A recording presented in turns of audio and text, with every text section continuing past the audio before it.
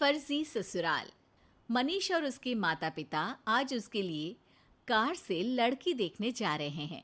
परिवार में बस 3 ही लोग हैं, पर फिर भी तीनों की आपस में बिल्कुल नहीं बनती।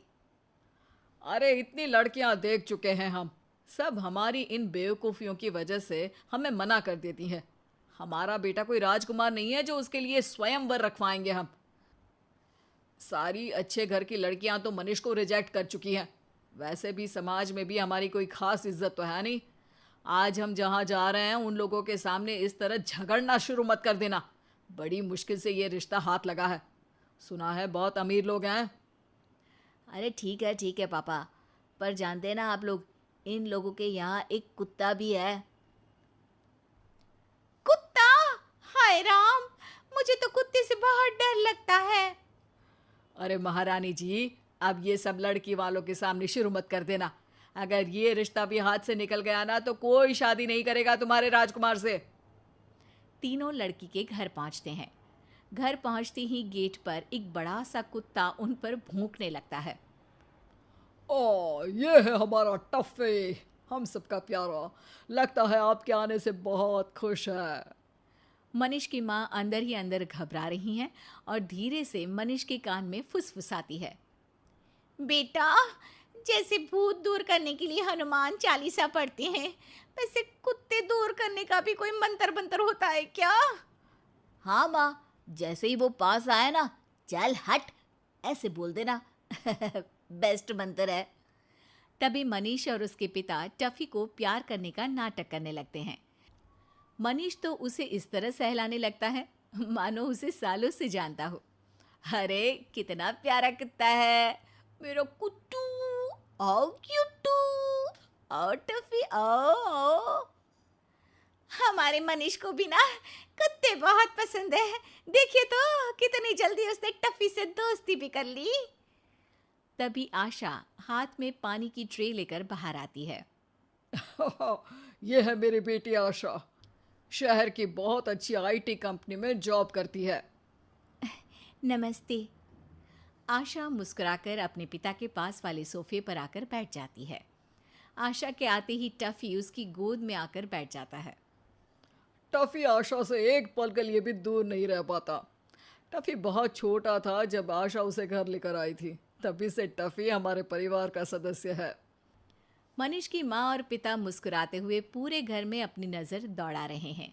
मनीष की माँ धीरे से उसके कान में कहती है, देख रहे हो कैसा महल जैसा घर है।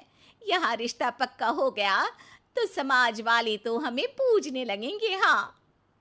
मनीष और आशा के परिवारों के बीच थोड़ी बातचीत होती है। तभी आशा के पिता कहते हैं, आशा हमारी इकलौती बेटी है, बड़े ही नाजों से पाली है। आप लोग खुलकर कह सकते हैं कि दहेज में आपको क्या क्या चाहिए। अरे बिल्कुल नहीं जी, हम भी आजकल के लोग हैं।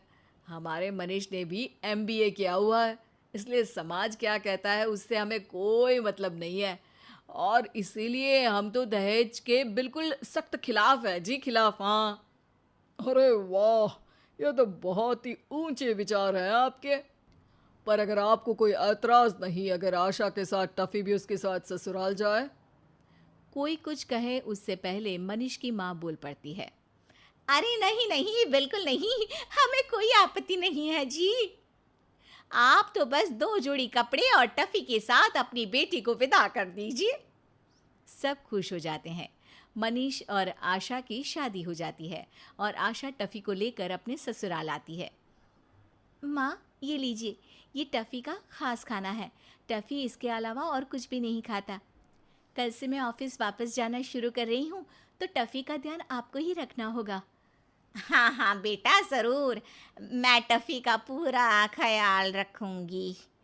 दूसरे दिन आशा के ऑफिस जाते ही टफी जोर जोर से भौंकने लगता है और बेकाबू हो जाता है। घर के सोफे फाड़ देता है और पूरा घर गंदा कर देता है। सास टफी से बहुत परेशान होकर उसे घर से बाहर निकाल देती है। टफी मोहल्ले के सारे लोगों पर भौंकने लगता है। सारा दिन बाहर घूमकर जो टफी सफ़ेद रंग का हुआ करता था, अब बिल्कुल मैला हो चुका है। काम में बिजी होने की वजह से आशा भी उस पर ध्यान नहीं दे पा रही है। पर वो जब भी अपनी सास से टफ़ी के बारे में पूछती है तो माँ उसे कहती, अरे बेटा, तू आराम से काम पर जा, मैं हूं ना, मैं टफ़ी का पूरा ध्यान रखूंगी। एक दिन आशा अपने बिजनेस ट्रिप पर गई हुई है और यहाँ दिन पर दिन टफ़ी की हालत और भी बिगड़ती जा रही है। कुछ दिनों बाद आशा अपनी बिजनेस ट्रिप से लौटती है। माँ, बहुत समय हो गया, टफ़ी से ठीक से मिली भी नहीं हूँ, ना ही उसके भौंकने की आवाज़ सुनी है। आज तो पूरा दिन मैं उसी के साथ बिताऊंगी। टफ़ी मेरा हीलिंग फैक्टर है, उसके पास बहुत आराम मिलता है मुझे। आशा टफ़ी के पास जाती है और जैसे ही उस पर हाथ रखती है समझ जाती है कि टफ़ी बीमार है।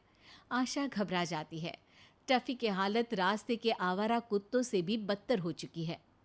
माँ, आज तक मैंने टफ़ी को इस हाल में कभी नहीं देखा। दिन भर भौंकने वाला और यहाँ वहाँ खेलते रहने वाला मेरा टफ़ी एकदम चुप सा हो गया है। इसे देखकर साफ साफ पता चल रहा है कि ना तो इसे ठीक से खाना मिला है और ना ही देखभाल। वो वैसे बिल्कुल भी नहीं है जैसे हुआ करता था। टफ़ी की ये हालत देखकर आशा की आंखों में आंसू आ जाते हैं। आप लोग टफ़ी से प्यार का नाटक करते रहे। अरे ज़रूरी थोड़ी है कि सबको कुत्ते पसंद हो। आपको नहीं थे तो झूठ क्यों बोला? इसकी हालत देख रहे हो आप? सास की आंखों में शर्मिंदगी है। मेरे बेटे की आदतों की वजह से उसकी शादी नहीं हो रही थी, इसीलिए हमें ये अच्छे बनने का नाटक करना पड़ा, वरना शायद उसकी कभी शादी नहीं होती। मैं टफ़ी को लेकर अपने मायके जा रही हूँ और अब तभी लौटूंगी जब इसके शरीर की बीमारी ठीक हो जाए और आपके दिमाग की भी।